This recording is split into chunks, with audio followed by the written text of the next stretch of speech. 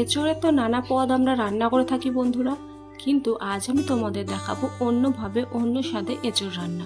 তার জন্য আমি এখানে একটা এঁচোড়কে ছোট্ট ছোট্ট টুকরো করে কেটে খুব ভালো করে ধুয়ে নিয়েছি। আর নিয়েছি দুটো বড় সাইজের আলুকে একটু মোটা মোটা টুকরো করে কেটে ভালো করে ধুয়ে। এবার আমি এগুলোকে নুন আর হলুদ দিয়ে সিদ্ধ করে নেব। এগুলো সিদ্ধ করা আমি দেখাবো না বন্ধুরা, এর আগে আমার চ্যানেলে অলরেডি দুটো ভিডিওতে আমি দেখিয়ে দিয়েছি, তোমরা চাইলে ভিডিও দুটো দেখে আসতে পারো। তো দেখো এঁচোড়টার আলুটা আমি সিদ্ধ করেছি আর এঁচোড়টা খুব ভালো সিদ্ধ হয়েছে। এবার আমি কি করব, এগুলোকে মিক্সিতে বেটে নেব। তো চলো এগুলোকে বেটে নিয়ে আমি ফিরে আসছি। তো দেখো বন্ধুরা, আমি এখানে এঁচোড় আর আলু বেটে নিয়েছি আর কিছু আলু আমি গোটায় রেখে দিয়েছি। এই আলুগুলো আমি কি করব সেটা তোমরা ভিডিওর পরবর্তীতে দেখতে পারো, তো স্কিপ না করে পুরো ভিডিওটা দেখো। এখানে আমি মশলা তৈরি করে নেব। তার জন্য আমি এখানে নিয়েছি আদার টুকরো, রসুন, কাঁচা লঙ্কা আর পেঁয়াজের কুচি। এখানে আমাদের মশলা দুটো তরকারির মতন করতে হবে বন্ধুরা, তার কারণ আমি এখানে বানাবো এঁচোড়ের কোপ্তা, তাই আমাদের লাগবে কোপ্তার জন্য মশলা আর লাগবে কোপ্তা কারির যে ঝোলটা হবে তার জন্য মশলা। তো প্রথমে আমি আদা, রসুন আর 9 থেকে 10টা কাঁচা লঙ্কা নিয়ে নিয়েছি, আর নেব পেঁয়াজ কুচি, আর নেব জিরে। এবার এগুলোকে আমি খুব ভালোভাবে বেটে নেব। এই যে মশলাটা মিক্সির বাটিতে আমি রাখলাম, এটা হবে আমাদের কোপ্তার মশলা। আর বাটিতে যে পেঁয়াজ কুচি, রসুন, আদা আর কাঁচা লঙ্কা থাকলো, এর মধ্যে আমি আর একটু জিরে দিয়ে দেব, আর দিয়ে দেব দারচিনি আর 4 থেকে 5টা ছোট এলাচ। এই মশলাগুলো আমি বেটে নেব। এগুলো দেবো আমি কোপ্তার কারিতে বা কোপ্তার যে ঝোলটা বানাবো তাতে। তো চলো বন্ধুরা, আমরা মশলাটা করে নিয়ে ফিরে আসছি। তো দেখো মশলা আমাদের বাটা হয়ে গেছে। এখানে ছোট বাটিতে যে মশলাটা আছে সেটা আমি কোপ্তাতে ব্যবহার করব, আর বড় বাটির মশলাটা কোপ্তার কারিতে। তো চলো শুরু করা যাক। তো কড়াইতে আমি দিয়েছি সর্ষের তেল। সর্ষের তেল গরম হয়ে গেলে আমি এর মধ্যে দিয়ে দেবো 5 ফোড়ন। 5 ফোড়নটা গন্ধ ছাড়লে এর মধ্যে দিয়ে দেবো কোপ্তার জন্য যে মশলাটা বেটেছিলাম সেটা। এবার মশলাটা আমি একটু খুব ভালোভাবে কষিয়ে নেব। মশলা থেকে গন্ধ ছাড়লে এর মধ্যে আমি দিয়ে দেবো বেটে রাখা সেই এঁচোড় আর আলুগুলো, দিয়ে দেবো পরিমাণ মতো নুন আর হলুদ। এবার খুব ভালোভাবে আমি মশলার সাথে এঁচোড়টা কষিয়ে নেব।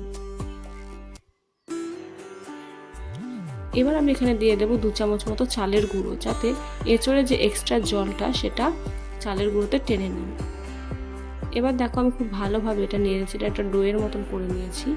এবার আমি এটাকে এইভাবে নেড়েচেড়ে কষিয়ে নিয়ে রসটা টেনে যাবে যখন, তখন আমি কি করব, একটা থালায় তুলে নেব এবং সেই থালায় ভালো করে ছড়িয়ে দেব, যাতে আমাদের এটা ঠান্ডা হয়ে যায়। এটা ঠান্ডা হলে আর একটু টাইট হয়ে যাবে বন্ধুরা। তো দেখো এটা আমরা থালায় তুলে নিয়েছি এবং ঠান্ডাও হয়ে গেছে। আর দেখো এটা আগের তুলনায় অনেকটাই শক্তও হয়ে গেছে। এবার আমি কি করব, এগুলোকে অল্প একটু পরিমাণ নিয়ে গোল গোল করে, তারপর হালকা করে আঙুলের চাপে এটাকে একটু চ্যাপটা করে নেব। তোমরা চাইলে তোমাদের ইচ্ছে মতো কোপ্তার শেপটা দিতে পারো। এইভাবে আমি সমস্ত কোপ্তা বানিয়ে নেব। তো দেখো সমস্ত কোপ্তা আমার বানানো হয়ে গেছে, আর কোপ্তাগুলো দেখো ভেঙেও যাচ্ছে না, হাতে কত সহজে উঠে পড়ছে। এবার আমি এগুলোকে ভেজে নেব। তো তার জন্য আমি কি করব, কড়াইতে আবারও ভালো করে অনেকটা সর্ষের তেল দিয়ে দেব। দেওয়ার পর সেটাকে গরম করে নেব। গরম হয়ে গেলে একটা খুন্তি দিয়ে কড়াইয়ের চারপাশে তেলটা ছড়িয়ে দেবো, যাতে কড়াইয়ের সাথে কোপ্তাগুলো লেগে না যায়। তো এবার আমি একে একে কোপ্তাগুলো ছেড়ে দেব। একবারে আমি 5টা কোপ্তা ছেড়ে দিলাম। এবার কোপ্তার একটা দিক ভাজা হয়ে গেলে আমরা উল্টে বিপরীত দিকটাও ভেজে নেব। এইভাবে উল্টে পাল্টে আমি কোপ্তাগুলোকে ভেজে তুলে নেব। আমার ভিডিও তোমাদের যদি একটুও ভালো লেগে থাকে তাহলে অবশ্যই একটা লাইক করে দিও, আর আমার চ্যানেলটা সাবস্ক্রাইব করে রেখো এরকম ধরনের আরও ভিডিও দেখার জন্য। আর তোমার বন্ধুদের সাথে অবশ্যই শেয়ার করো আমার ভিডিও। তো দেখো বন্ধুরা, আমি কোপ্তাগুলো ভেজে তুলে নিচ্ছি। কত সুন্দর রং এসেছে, তাই না? তো এইভাবে আমি বাকি কোপ্তাগুলোকেও ভেজে নেব। তো দেখো সমস্ত কোপ্তা আমাদের ভাজা হয়ে গেছে। সবগুলো আমি কারি বানাবো না, কিছু কোপ্তা আমি এখান থেকে রেখে দেব। তো চলো এই কোপ্তা ভাজা তেলের মধ্যে আমি দিয়ে দেবো 2টো তেজপাতা, একটা গোটা শুকনো লঙ্কা আর 5 ফোড়ন। 5 ফোড়ন থেকে সুন্দর গন্ধ ছাড়লে এর মধ্যে দিয়ে দেবো আগে থেকে বেটে রাখা সেই মশলা।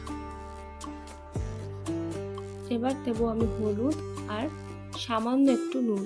খুব বেশি নুন দেওয়া যাবে না, কারণ আমাদের এঁচোড় আর আলুটা আগে থেকেই নুন দিয়ে সিদ্ধ করা আছে। তো ভালোভাবে আমি মশলাটা কষিয়ে নিয়েছি। এবার দিয়ে দিলাম টমেটো কুচি। টমেটোটা দিয়ে আর একটু ভালোভাবে মশলাটা কষিয়ে নিয়ে এর মধ্যে আমি দিয়ে দেব আলু। আগে থেকে সিদ্ধ করে রেখেছিলাম সেই আলুগুলো দিয়ে ভালোভাবে মশলার সাথে আমি কষিয়ে নেব। কষানো হয়ে গেলে আমি এর মধ্যে ঢেলে দেব বেশ কিছুটা জল। এবার ভালোভাবে সমস্ত উপকরণ একসাথে মিশিয়ে দিয়ে আমি কিছুক্ষণ ফুটিয়ে নেব আর ঢাকনা দিয়ে ঢেকে দেব, যাতে আমাদের টমেটোগুলো বা মশলাগুলো আলুগুলো একটু সিদ্ধ হয়ে যায়। তো খানিকক্ষণ পর দেখো এটা ফুটে গেছে। এর মধ্যে কোপ্তাগুলো দিয়ে দিলাম।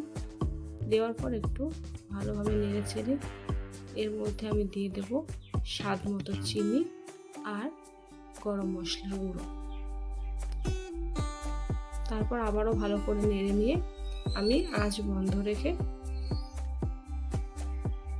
একটা ঢাকনা দিয়ে এটাকে 2 থেকে 3 মিনিট ঢেকে দেব। তো চলো দেখো 3 মিনিট পরে আমি আমার রান্নাটা একটা পাত্রে ঢেলে রেখেছি। আর দেখো দেখতেও বা কত সুন্দর লোভনীয় মনে হচ্ছে না? তো এই রেসিপিটা বাড়িতে অবশ্যই ট্রাই করো আর আমাকে কমেন্ট করে জানিও আমার রেসিপিটা তোমাদের কেমন লাগলো। আবার দেখা হবে নেক্সট ভিডিওয়ে। বাই।